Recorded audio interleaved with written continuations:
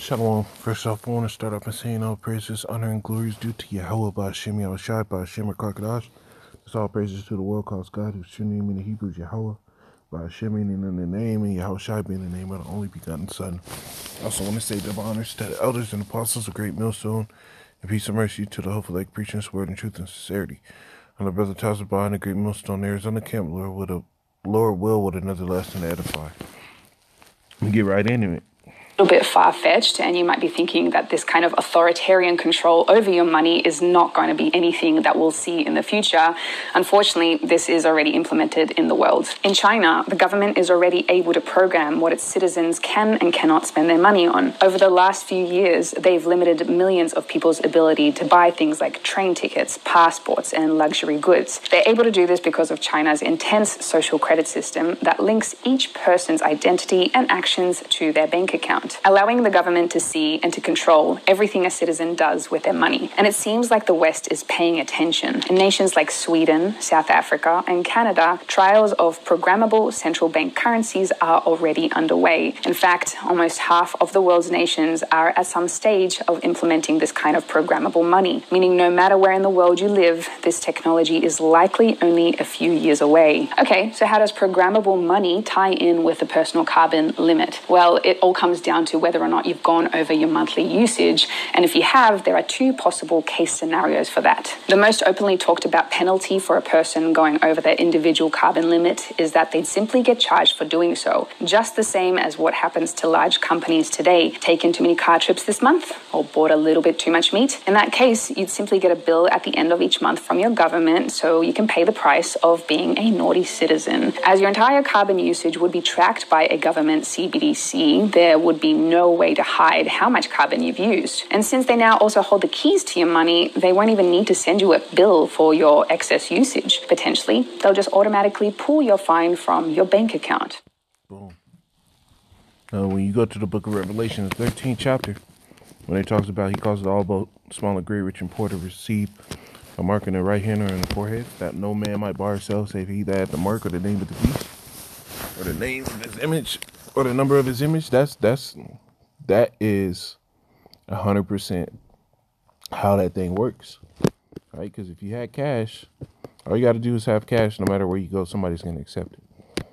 But when they crash the economy and they pull in this whole new monetary system, right? Now you're going to deal with these devils being able to program what your money can do and for how long, right? They talk about universal basic income.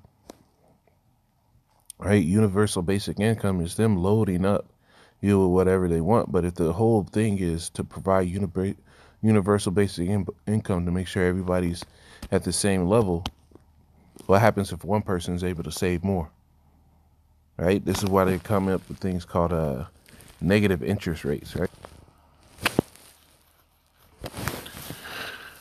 all right. So when they talk about negative interest rates, this is kind of what it means. It's kind of doled down really representation of really what it means when you introduce a negative interest rate, right? Let's say your interest rate, a positive interest rate means you're going to owe something, right? So this says negative interest rates are a form of monetary policy that sees interest rates fall below zero. Central banks and regulators use this usually unusual policy tool when they are strong signs of deflation. Borrowers are credited interest instead of paying interest to lenders, right? In a negative interest rate environment. Okay, so basically what happens is, to get the bank out of its trouble, the bank gives you a negative interest rate, which causes your money to sit here and be forcefully taken out of your bank, used to pay off a piece of the bank's debt, and you get a stock option in return. But when you're talking about CBDCs, programmable payments, right, the need to control supply and demand, the negative interest rate is really just going to be used to ensure that you have nothing at the end of the month. You can't save up, you can't hoard up, you can't sit here and have any type of freedom or anonymity, right, from the system.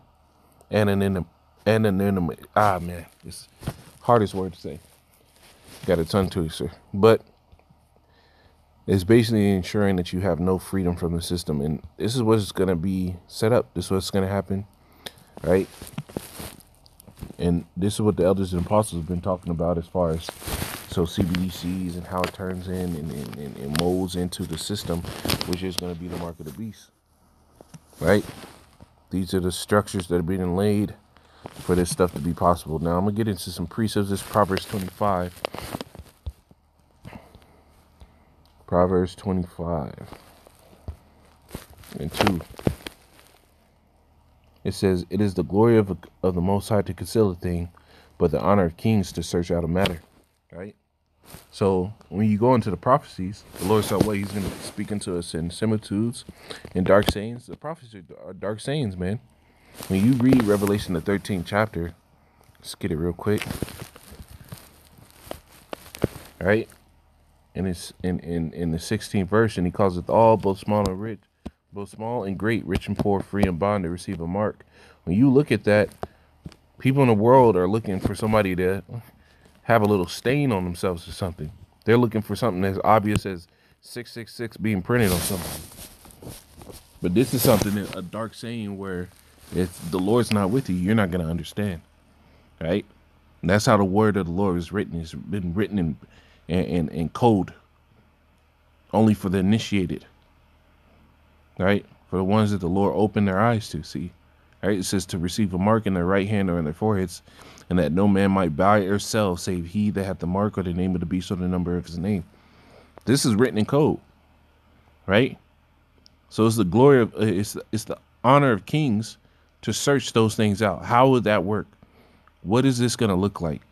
Right? And through the elders and apostles and through their labors and the Spirit of the Lord being on them, we were made hip to these things, and we can see them.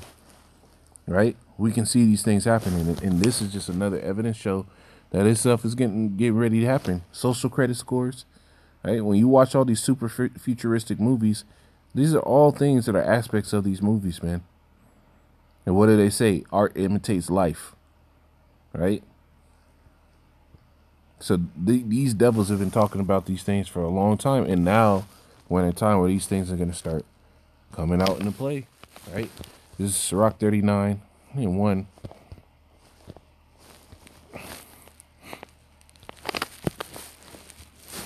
It says, "But he that giveth his mind to the law of the Most High," right, which is what we're supposed to be, "and is occupied in the meditation thereof." Now, I looked up the word meditation, right? And this is what that word meditation means. It's contemplation, devout preoccupation, private devotion, prayer, thought, reflection, study, right? It says a thinking over, meditation. It says to meditate, think over, reflect, consider. So the ones that are occupied, right? Let's get that again. It says, but he that giveth his mind to the law of the Lord, right, of the Most High, and is occupied in the meditation thereof, his mind is completely set on the words of the Lord, right, will seek out the wisdom of all the ancients and be occupied in prophecy, meaning you're always going to sit here and try to apply your mind to, is that prophecy? What you're seeing, is this prophecy? Right? This is what you're supposed to do. You're supposed to compare those things, look into the words, right? Right? The mark of the beast, the whole system that's coming with it is not going to sit here and deal with Christianity. Esau isn't even dealing with Christianity. How much Messiah programming does this devil really have on TV? This devil puts everything anti-Messiah, right? From what he promotes on TV with homosexuality, kids movies, it just doesn't stop. He's done with it.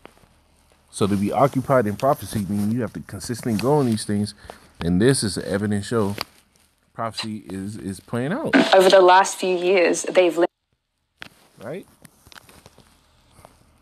Pretty soon, Mr. Smithers, right, is about to be doing his thing, man. because they're going to sit here and try to chip everybody. And this is the plan of the elite. It's Revelation 9:19 and 10.